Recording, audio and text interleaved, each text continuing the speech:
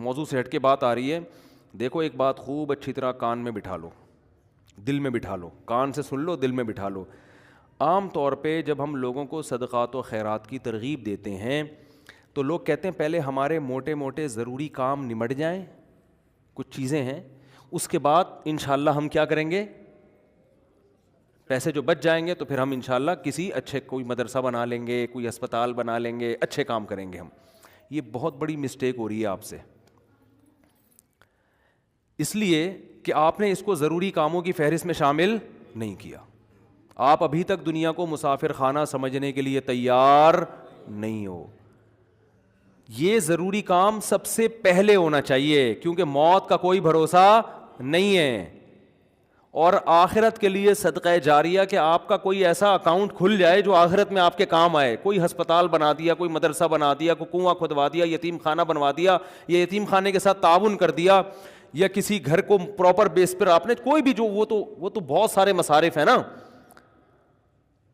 تو میں نے لاکھوں پتی لوگوں کو بھی دیکھا ہے کہ بھائی اللہ نے آپ نے ولیمے پہ 6 لاکھ روپے اڑا دیے, اور یار 8-10 لاکھ کا کوئی ادارہ بنا دو, یا کسی مدرسے میں کوئی ڈسپینسری بنا دو, یا کوئی اچھی فالتو نہ اڑاؤ جا کے کوئی بھی مانگ رہا ہے پکڑا دیے. یہ بھی بہت بڑی مصیبت ہے لوگوں کے ساتھ.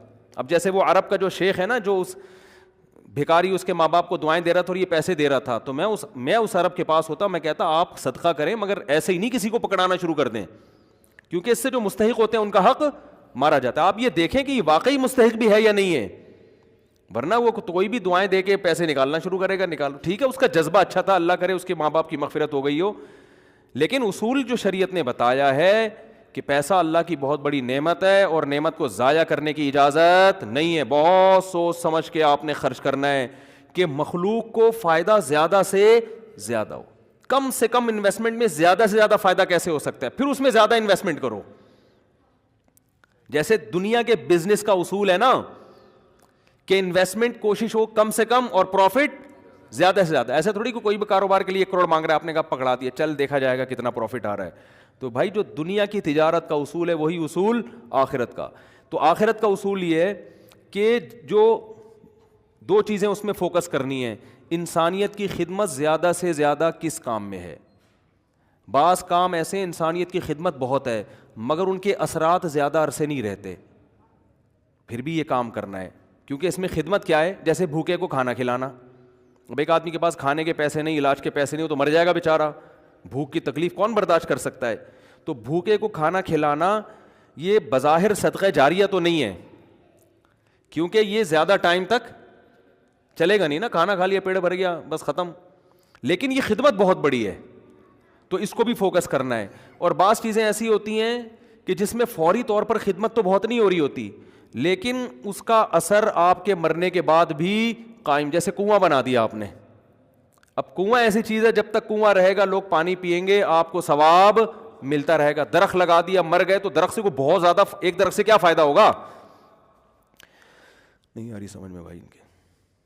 بھائی آپ نے ایک نیم کا درخت لگا دیا تو کوئی بہت تو نہیں نا, کوئی لوگ اس کو کھائیں گے تھوڑی, نہیں بھی لگاتے تو کیا ہو جاتا. تو اس میں انسانیت کا فوری طور پہ کوئی بہت زیادہ فائدہ نہیں ہو رہا ہے ایک درخت سے, لیکن اس کے اثرات بہت دیر تک قائم رہیں گے. یعنی آپ مر بھی گئے تو درخت کے نیچے کوئی بھی چھاؤں لے گا, درخت آکسیجن سے فائدہ پہنچائے گا, چرند پرند اس سے کھائیں گے. تو آپ صلی اللہ علیہ وسلم نے فرمایا, صحیح مسلم کی حدیث ہے, جس نے درخت لگا کے مر بھی گیا تو جب تک درخت رہے گا اس کو ثواب ملتا رہے گا. تو اس میں فائدہ تو کم ہے لیکن دیر پا ہے, مرنے کے بعد بھی یہ عمل چلتا رہے گا. تو ان 2 قسم کی چیزوں کو فوکس کرنا ہے. اور کچھ چیزیں ایسی ہیں جس میں جسمانی فائدے کے ساتھ دینی فائدہ بھی ہے, جیسے دینی مدارس. دینی مدارس کو سپورٹ کرنے کا فائدہ کیا ہوتا ہے, غریب طلبہ کو کھانا بھی ملتا ہے, علم بھی ملتا ہے, وہ عالم بن کے دنیا میں کام کرتے ہیں. تو صدقہ جاریہ بھی ہے, مرنے کے بعد وہ علماء جو کام کریں گے پھر آگے ان سے جو ہدایت پھیلے گی, پھر وہ لوگ آگے جو تبلیغ کریں گے, تو جب تک اسلام باقی رہے گا آپ کو ثواب ملتا رہے گا.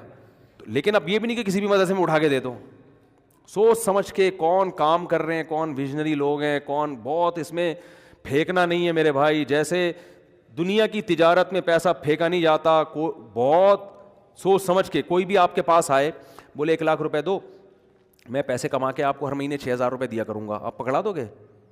ہیں؟ انکوائری کرو گے بھائی 1 لاکھ کہاں، کون سا کاروبار آ گیا جس میں 1 لاکھ پہ آپ مجھے 10,000 دو گے یا 6,000 دو گے؟ وہ بتائے گا یہ ہے، اچھا مجھے دکان دکھاؤ چل کے. پھر جب آپ کو دکان دکھائے گا تو آپ کہو گے جب 1 لاکھ پہ آپ 6,000 کما سکتے ہو تو اپنے ہی لگا لو. ہیں؟ کیا خیال ہے بھائی؟ میرے والد صاحب نے کہا تھا جو بھی آئے نا پیسے مانگنے اور کہے کہ اس انویسٹمنٹ میں اتنا پروفٹ ہے، اتنا پروفٹ ہے، آدھا تمہیں دوں گا آدھا خود رکھوں گا، تو اس سے پہلے پوچھو کہ تمہارے پاس کتنے پیسے ہیں. وہ بتائے اتنے، تو پھر پورے اپنے کیوں نہیں لگا لیتے، اس میں پورا پروفٹ خود رکھو. کیا خیال ہے بھائی؟ ہاں وہ غریب آدمی ہو تو ایک الگ بات ہے، اور اللہ کا شکر ہے مجھے اس کا فائدہ ہوا. ایک دفعہ ہوا، دوسری دفعہ والد صاحب کی نصیحت پہ عمل نہیں کیا تو سارے پیسے ہی الحمدللہ سارے ہی ڈوب گئے تھے. ٹھیک ہے. ایک دفعہ فائدہ بھی ہوا. ایک صاحب جو ایک بڑے پوش ایریا میں رہتے تھے، میں چونکہ اس ایریا کا نام لوں گا تو کہیں ایسا نہ ہو وہ سمجھ جائیں، لیکن قصہ پرانا ہو گیا وہ نہیں سمجھیں گے، پھر بھی احتیاط یہی ہے کہ نام نہ لیا جائے. مالدار علاقے کے تھے. مجھے کہنے لگے کہ میں یہ کاروبار کرنا چاہتا ہوں. اچھا اس ایسے ایریا میں رہتے تھے کہ مجھے پتا تھا اتنے پیسے تو ان کے پاس ہوں گے ورنہ اس ایریا میں رہ نہیں سکتا آدمی. اب ایک آدمی ڈیفینس، ایک مثال دے رہا ہوں ڈیفینس کی، ڈیفینس میں رہتا ہو اور کہ میری تنخواہ 10,000 روپے، تو آپ کہو گے بھائی 10,000 والا ڈیفینس میں نہ کرائے پہ رہ سکتا ہے اور اپنا گھر ہو تو سوال ہی پیدا نہیں ہوتا یہ کروڑوں کا تو نے گھر کیسے خرید لیا 3 کروڑ کا ہے بھائی. ہو سکتا ہے 4 کروڑ. اسٹیٹ ایجنٹ والے مجھے پھر فون کریں گے آپ نے ڈیفینس کی ویلیو کیا کر دی ہے، بیان میں گرا دی ہے. تو میں مثال دے رہا ہوں. یہ اب ہر بیان کو نا لوگ بڑے سینسٹیو بن کے لے رہے ہوتے ہیں کہ آپ نے ڈیفینس میں 3 کروڑ بول دی ہے، ہماری تو ویلیو. تو اب کیونکہ شہرت ہو گئی ہے نا تو ہر چیز کو کوئی بہت زیادہ لوگ سیریس ہو رہے ہیں. 25 کروڑ ٹھیک ہے نا، 25 کروڑ کا. اب اس سے پھر لوگ پریشان ہوں گے یار ہم لے رہے تھے آپ نے قیمت بڑھا دی. تو بھائی یہ محض ایک مثال ہے، مجھے نہیں پتا ڈیفینس میں قیمتیں کیا چل رہی ہیں. تو کچھ بھی لگا لو قیمت. تو آپ نے کیا کیا، بات کیا چل رہی تھی؟ ہاں بندہ میرے پاس آیا، رہتا پوش ایریا میں، مالدار علاقے میں، مجھے کہنے لگا آپ مجھے پیسے دو میں یہ چیز خرید کے بیچوں گا، آدھا پروفٹ آپ کا آدھا میرا. تو مجھے ابا کی بات یاد آ گئی. میں نے کہا جو اتنے انویسٹمنٹ آپ مجھ سے کروا رہے ہو تو یہ چیز آپ خود خرید کے بیچ دو پورے پیسوں کی، پورا پروفٹ آپ کا، مجھے آدھا کیوں دے رہے ہو؟ انویسٹمنٹ جو مجھ سے کروا رہا ہے اور آدھا پروفٹ دے رہا ہے، اس کا مطلب وہ رسک لینے کے لیے تیار نہیں ہے. بولے ڈوبیں تو اس کے ڈوبیں، اس کا مطلب آپ کو خود پتا ہے کہ یقینی پروفٹ نہیں ہے. سمجھتے ہو کہ نہیں سمجھتے؟ تو کسی کو پیسے دینے سے پہلے جیسے انکوائری کرتے ہو نا، صدقہ خیرات سے پہلے بھی ایسے انکوائری کیا کرو، کیونکہ آپ کے پاس لامحدود رقم نہیں ہے. غیر مستحق کو دینے کا سب سے بڑا نقصان یہ کہ مستحق لوگ رہ جاتے ہیں. لوگ کہتے ہیں کسی غیر مستحق کو چلا گیا تو کیا ہے، او بھائی پھر اتنے پھر مستحقین رہ جائیں گے اس سے. اور ثواب کمانا ہے نا تو ثواب تو جب ہی ملے گا جب آپ کا پیسہ صحیح جگہ پہ جائے گا. جو غیر مستحق ہو اس کو ہدیہ دے دیا کرو بھائی دوستی یاری میں کہ چل یار گفٹ ہے. بات آ رہی ہے سمجھ میں؟ تو یہ میں اہم پوائنٹ کی بات بتا رہا ہوں کہ 2 جگہ خرچ کرنا ہے، ضرورت اور دوسرا جس کا اثر دیر پاؤ. تو صدقہ جاریہ بھی اچھی چیز ہے اور انسانیت کی ضرورت پوری کرنا. آپ کہہ سکتے ہیں یار ایک بھوکے کو کھانا کھلا دیا پیٹ بھر گیا تو وہ تو بس ایک ثواب مخصوص مل گیا تو اب تو ختم نا، صدقہ جاریہ تو قیامت تک رہتا ہے. یہ اس لیے بتا رہا ہوں کہ ہم بعض دفعہ لوگوں کو بتاتے ہیں کہ یار یہ دیکھو یہ غریب ہے، اس کو بیوہ ہے، اس کے گھر میں راشن ڈال دو. کہہ رہے ہیں نہیں ہم تو صدقہ جاریہ چاہتے ہیں. تو یاد رکھو صدقہ جاریہ کے اپنے فضائل ہیں کہ وہ چلتا رہے گا آپ کا، لیکن بھوکے کو کھانا کھلانے کے، اس کی ضرورت پوری کرنے کے اپنے، وہ ثواب تھوڑا ہے لیکن وزنی بہت ہے. وزنی کیسے؟ حدیث میں آتا ہے قیامت کے دن اللہ اعلان کریں گے، جب میدان حشر ہوگا نا، بہت سختی کا دن ہوگا، تو اللہ اعلان کریں گے کہاں ہیں وہ لوگ کہ جب میں بھوکا تھا تو انہوں نے مجھے کھانا کھلایا، میں پیاسا تھا تو انہوں نے مجھے پانی پلایا، آج ان بھوکوں کو میں کھلاؤں گا کیونکہ انہوں نے مجھے کھلایا تھا. جیسے ہوتا ہے نا آپ کو بھوک لگ رہی تھی، کسی نے آپ کا اکرام کیا، تو اب آپ کو کہیں وہ بھوکا نظر آئے تو آپ سب سے پہلے اس کو کھلاؤ گے نا. یار میں ٹی وی میں آ رہا ہوں کیا ہیں، تھک گئے ہیں تو بیان ختم کر دیتا ہوں، بس ویسے ہی بھی ختم ہونے والا ہے. دیکھو غیرت مند انسان کیا کرتا ہے، آپ بھوکے تھے اور آسان مثال، آپ کی گاڑی میں پیٹرول ختم ہو گیا، آپ نے پیٹرول پمپ والے سے کہا یار تھوڑا سا ڈال دو، پیسے بعد میں دے دوں گا میں آپ کو، ابھی جیب میں ہے نہیں. اس نے کہا چل یار ڈال دیا پیٹرول، میں اپنے پیسوں سے ڈال رہا ہوں، جاؤ یار. ایک دن کیا ہوا، اتفاق سے آپ پیٹرول پمپ کے مالک بن گئے، وہ آیا گاڑی لے کے، پیٹرول نہیں ہے، لائن لگی ہوئی ہے, بہت سے غریب آ گئے بغیر پٹرول کے نا ٹھیک ہے نا. اب آپ کے پاس محدود پٹرول ہے تو آپ کس کی گاڑی میں ڈالو گے؟ آپ اعلان کرو گے بھائی جنہوں نے میری بائک میں یا گاڑی میں پٹرول ڈالا تھا نا وہ بندہ آگے آ جائے, اس کو تو اس کی ضرورت تو پوری کرنی ہے. تو ایک عام انسان جب یہ کام کرتا ہے تو اللہ تو غیور ہے بھائی, تو اللہ اعلان کرے گا بھوک اور پیاس میں لوگ تل ملا رہے ہوں گے, اللہ کہے گا سب سے پہلے ان کو کھلاؤں گا جنہوں نے جب میں بھوکا تھا مجھے کھلایا, جب میں پیاسا تھا مجھے پلایا. تو لوگ کہیں گے اللہ تو کہاں بھوکا ہو سکتا ہے؟ تو اللہ کہیں گے میری مخلوق میں فلاں شخص بھوکا تھا, تو اس کا بھوکا رہنا ایسا ہی ہے جیسے میں, کیونکہ حدیث میں آتا ہے الخلق عیال اللہ, جیسے گھر کا کوئی سربراہ ہوتا ہے نا تو بچے بھوکے ہوں گے تو تکلیف کس کو ہوتی ہے؟ باپ کو ہوتی ہے کہ نہیں ہوتی ہے؟ تو آپ صلی اللہ علیہ وسلم نے فرمایا اللہ کی مخلوق بھی ایسے جیسے اللہ کے اہل و عیال, اللہ کا تو اہل و عیال نہیں ہوتے لیکن مثال دی ہے, ایسے ہی ہے اللہ کو, ان کی فکر ایسے ہی ہے. وہ الگ بات ہے بہت سے بھوکے مرتے ہیں, یہ اللہ کی تقدیر ہے, یہ اللہ کی حکمت ہے, دنیا کو اللہ نے ایسے ہی چلایا ہے کہ کسی کو ملے گا کسی کو نہیں ملے گا, یہ اب اس میں تو اللہ سے نہیں الجھ سکتے. لیکن اللہ اعلان کرے گا کہ میری مخلوق میرا خاندان تھی, گویا کہ اللہ کا خاندان نہیں ہوتا, یعنی میرے ماتحت تھی اور میں لوگوں کے ذریعے لوگوں کو کھلاتا ہوں, تو جب میں بھوکا تھا تو فلاں کا بھوکا ہونا ایسا ہی ہے جیسے میں بھوکا. تو اس سے پتہ چلتا ہے کسی بھوکے کو کھانا کھلانا ایسے جیسے آپ کس کو کھلا رہے ہو؟ اللہ کو. تو اگرچہ یہ صدقہ جاریہ نہیں ہے لیکن بھائی ایک نیکی ہے, لیکن یہ وزنی بہت زیادہ ہے. تو ان دونوں مدوں میں خرچ کیا کرو. کرو گے کب؟ لوگ کہتے ہیں اچھا ٹھیک ہے وہ ایک دو کو تو کھلا دیتے ہیں, جو بڑا اماؤنٹ جو ہے نا جیسے اپنی شادی بیاہ پہ خرچ کرتے ہیں, گاڑیوں پہ خرچ کرتے ہیں, مکان پہ خرچ کرتے ہیں, اس ٹائپ کا اماؤنٹ اللہ کے لیے خرچ, اللہ کے لیے بس وائپر والے کو 20 روپے. اب تو 20 ریٹ تھوڑے بڑھ گئے ورنہ 5 پہ چل رہے تھے, وہ پھر کھلا مانگ بھی رہے ہوتے تھے. وہ پھر کیا مانگ رہے ہوتے تھے؟ ایک آدمی نے کسی فقیر سے کہا کہ ایک فقیر کسی آدمی کے پاس آیا کہ اللہ کے نام پہ نا پتہ نہیں کچھ چائے پلا دو یا کچھ کھانا کھلا دو. تو اس نے 100 کا نوٹ نکالا, بولا کہ 50 روپے ہیں. اس نے کہا ہاں. اس نے کہا کہ 50 روپے دے گا واپس لے گا. اس نے کہا پہلے وہ اس سے پی لو جا کے ٹھیک ہے, یہ بھی لوگوں کو جانچنے کا ایک, بھائی بھکاری سے بولے جی پہلے وہ پیسے تو خرچ کرنا تھے تیرے پاس ہیں, یہ بھی ایک طریقہ, بڑا خاندانی طریقہ ہے یہ, ٹھیک ہے نا. تو کیا بات کر رہے تھا یار, اصل میں آج میں اتنا صبح سے گھوم رہا ہوں نا, آج میں 1 منٹ کے لیے نہیں بیٹھا ہوں. صبح سے یہ کام وہ کام, ادھر ملاقات, ادھر جاؤ, فلاں ملتان سے آئے, فلاں خانے وال سے آئے, فلاں جماعت آئی ہوئی ہے, فلاں یہ ہو رہا ہے.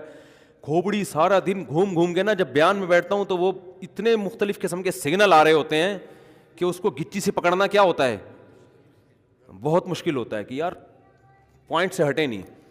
تو ہاں میں یہ عرض کر رہا تھا, جلدی سے بات سمیٹ کے ختم کرتا ہوں, کہ لوگ یہ کہتے ہیں کہ پہلے موٹے موٹے کاموں سے فارغ ہو جائیں, یہ بھی, اس کے بعد جب بچا کے بڑھاپے میں بالکل اینڈ میں جا کے اتنے پیسے کسی مدرسے کو دے دیں گے. نبی صلی اللہ علیہ وسلم نے فرمایا انسان ساری زندگی, حدیث کا مفہوم ہے, مال جمع کر کے رکھتا ہے اور کہتا ہے کل خرچ کروں گا, کل خرچ کروں گا, کل خرچ کروں. پھر جب بڑھاپا آتا ہے کہتا ہے یہ فلاں کے لیے اور یہ فلاں کے لیے. فرمایا وقت کان علی فلان, اب تو وارثوں کا حق اس پہ ہو گیا. اب تو وارث کہیں گے ابا ہمیں محروم کرنے کے لیے, اپنی تو ساری عیاشی ابا نے کر لی. اب جب ابا کا انا للہ ہونے والا ہے, دنیا سے جانے والے ہیں, اب بچوں کو نظریں ہوتی ہیں دو دکانیں ابا کی میرے حصے میں آئیں گی. چلو ابا سے ایسی لالچ تو نہیں کرنی چاہیے, لیکن بہرحال پتہ ہے کہ یار چلو ابا نے بنائی اب ہمارے کام آئیں گی. اب ابا کیا کر رہے ہیں, فلاں 2 دکانیں مدرسے کو دے دو, فلاں فیکٹری کو دے دو, یتیم خانے کو دے دو. تو اس میں نقصان کس کا ہو رہا ہے؟ کیونکہ اب تو ابا کو ضرورت نہیں ہے. تو نہ کرنے سے یہ بھی پھر بھی بہتر ہے 1/3 کے اندر کہ بچوں کو نقصان نہ ہو. اگر بچوں کو نقصان ہو رہا ہے پھر تو یہ بالکل صحیح نہیں ہے. حدیث میں آتا ہے کہ آخر عمر میں نا اس طرح سے صدقہ کر دینا کہ بچے دوسروں کے محتاج بن جائیں. آپ صلی اللہ علیہ وسلم نے اس کی اجازت نہیں دی ہے. لیکن اگر بچوں کے لیے اتنا چھوڑ کے جا رہے ہو آخر عمر میں کہ وہ اپنے پاؤں پہ اچھی طرح کھائیں گے پیئیں گے, تو پھر 1/3 آپ صدقہ بھی کر سکتے ہیں, جائز ہے اور اس کا بھی ثواب ملے گا. لیکن میرے بھائی یہ خاندانی صدقہ نہیں کہلائے گا, اس لیے کہ آپ نے تو بھرپور عیاشی کر لی نا. آپ کی تو 4 شادیاں معذرت کے ساتھ ہو گئیں, ایک جس کی ہو گئی ان کی بات کر رہا ہوں. اور آپ کی تو جناب یہ بھی ہو گیا وہ بھی ہو گیا, سارے کام ولیموں پہ بھی اڑا دیا, اور انویسٹمنٹ بھی دبا کے کر لی, کاروبار بھی ہو گیا, سب کچھ مزے تو اڑا لیے نا آپ نے. تو یہ نبی کی نظر میں افضل صدقہ نہیں ہے. افضل صدقہ یہ ہے, آپ صلی اللہ علیہ وسلم سے صحابی نے پوچھا یا رسول اللہ سب سے بہترین صدقہ کون سا ہے؟ آپ نے فرمایا وہ صدقہ ہے تأمل الغنا و تخشى الفقر, تمہیں امید ہو کہ اگر یہ پیسہ میں نے صدقہ نہیں کیا تو اس سے ڈبل بنا سکتا ہوں, پیسے سے پیسہ کما سکتا ہوں, یہ امید ہو, اس حال میں پیسہ صدقہ کرو. اور یہ بھی ڈر ہے کہ اگر کر دیا تو فیوچر میں غریب نہ ہو جاؤں. اس ملی جلی کنڈیشن میں جو صدقہ ہوگا نا وہ کیا کہلائے گا؟ خاندانی صدقہ. سمجھ میں نہیں آ رہی بات؟ تو اس لیے صدقات و خیرات میں یہ نہیں کہہ رہا, یہ تو حدیث میں بھی منع ہے کہ اتنا کر دینا کہ کل لوگوں کے محتاج بن جائیں, یہ تو جائز ہی نہیں ہے نا, کہ اپنے ضروری جو بیوی بچوں کے ہیں وہ تو بہرحال, لیکن صرف اتنا کر لیں کہ آپ جب یہ کہتے ہیں نا کہ میرے یہ چند ضروری کام ہو جائیں تو پھر میں یہ کروں گا, یہ الفاظ غلط ہیں. آپ یہ کہیں کہ میرے چند ضروری کاموں میں ایک اہم ترین کام یہ بھی ہے, تو یہ والا کام بھی ان ضروری کاموں کی طرح ترجیحی بنیادوں پہ کرنا ہے, اور یہ چند ضروری کام جس میں یہ بھی ہو جائیں تو پھر میں کیا ہو جاؤں گا؟ فری, پھر میری مرضی میں جہاں چاہے صدقہ کروں. بہت مشکل ہے بات سمجھانا.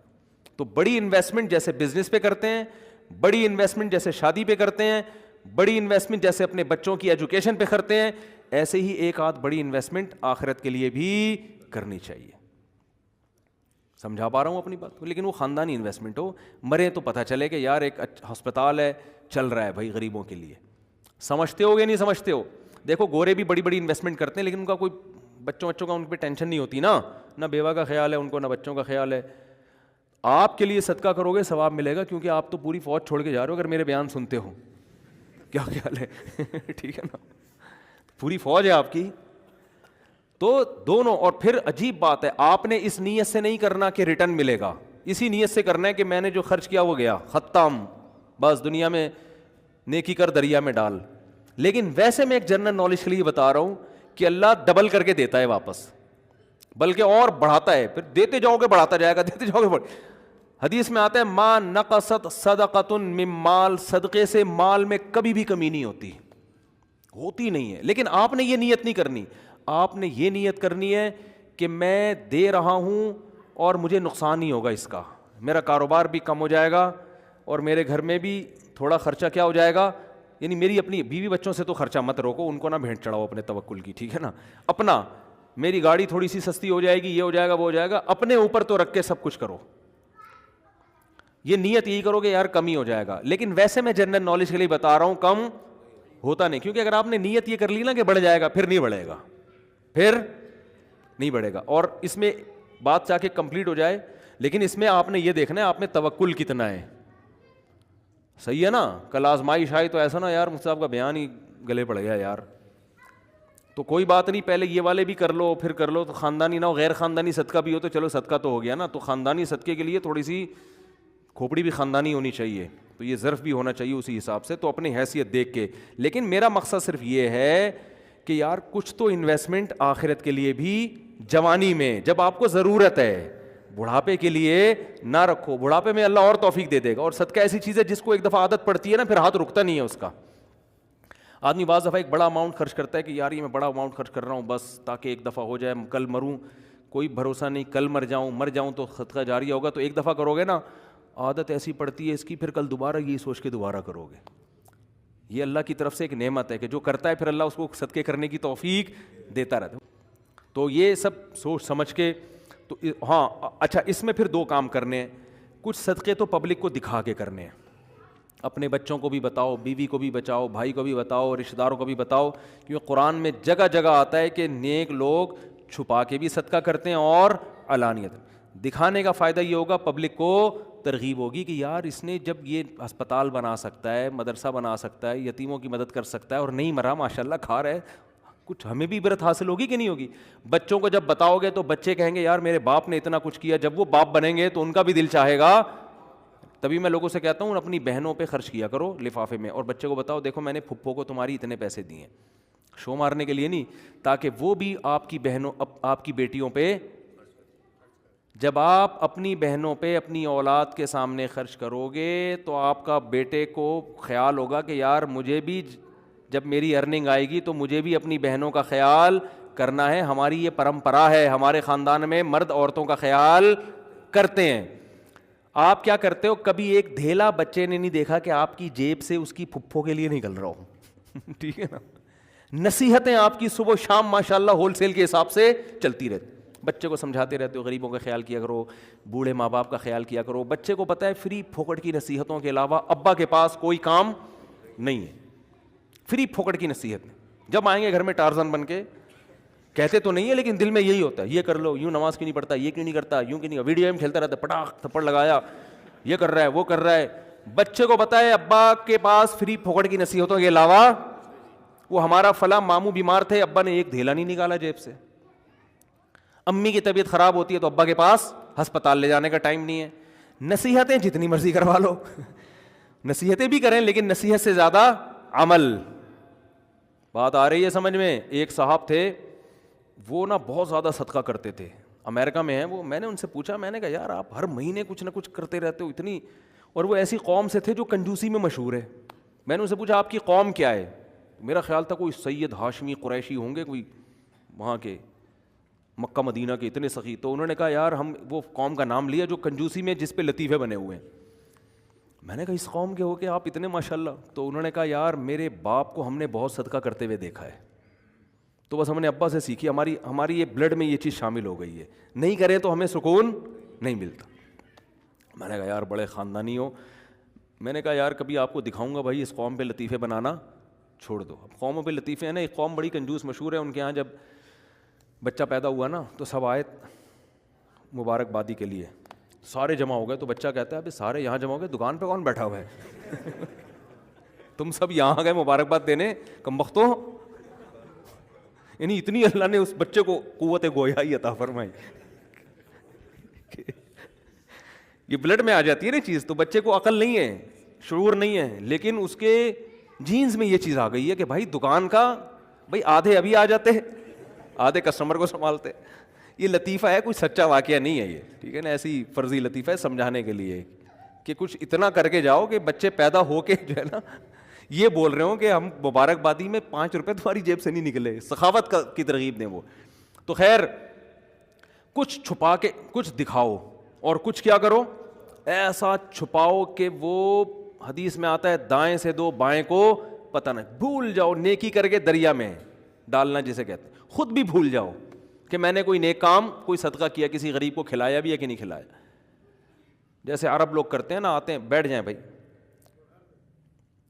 بیان ختم ہو جائے پھر کرنا سوال, ٹھیک ہے, بیان ختم ہو جائے. تو جیسے عربوں میں ہے نا کہ دائیں ہاتھ سے دیتے ہیں ایسے, بعض فقیروں کو وہ یوں کرتے ہیں جیب میں ڈال دیتے ہیں, بس یوں کر کے نکل جاتے ہیں. اس فقیر کا سامنا بھی نہیں کرتے کہ کہیں یہ نہ دیکھ لے, اور پھر یہ جب ملے گا تو جھک کے ملے گا, یہ بھی نہ ہو. ایسا دو کہ کسی کو بھی پتہ نہ ہو, جس کو حدیث میں کہتے ہیں لا تعلم شمالہ ما تنفق یمینہ, دائیں ہاتھ جو خرچ کر رہا ہے بائیں کو بھی پتہ نہ چلے. اس سے پتہ چلتا ہے دیتے ہوئے کون سا ہاتھ استعمال کرنا چاہیے, دائیں. لیفٹ ہینڈ سے لین دین کرنا یہ شریعت میں پسندیدہ نہیں ہے. میری تو عادت ہے, کوئی دکاندار بائیں ہاتھ سے پیسے پکڑاتا میں کہتا ہوں بھائی کیوں نحوست ڈال رہا ہے اس کے اندر, اس کو ہاتھ چینج کر کے سیدھے ہاتھ سے دے دے. مجبوری ہو تو ایک الگ بات ہے, آپ ڈرائیونگ کر رہے ہیں تو پھر اب یہ تو نہیں کہ وہ جو ہے نا ایک ہاتھ سے گیئر پکڑا ہوا ہے ہاتھ چھوڑ کے جی تو کھڈے میں گر گئی گاڑی. تو مجبوری میں لیفٹ ہینڈ استعمال کیا جائے گا. مجبوری میں الٹے ہاتھ سے کھانے کی بھی اجازت ہے مجبوری میں, لیکن نارملی ڈرائیونگ میں آپ الٹے ہاتھ سے مجبوری ہوتی ہے. بعض دفعہ بعض لوگ رائٹ ہینڈ سے صحیح اسٹیئرنگ پہ قابو رکھتے ہیں, لیکن نارملی نہ دائیں بائیں سے لیفٹ ہینڈ سے کھانا چاہیے, نہ لین دین کرنا چاہیے. سمجھتے ہو؟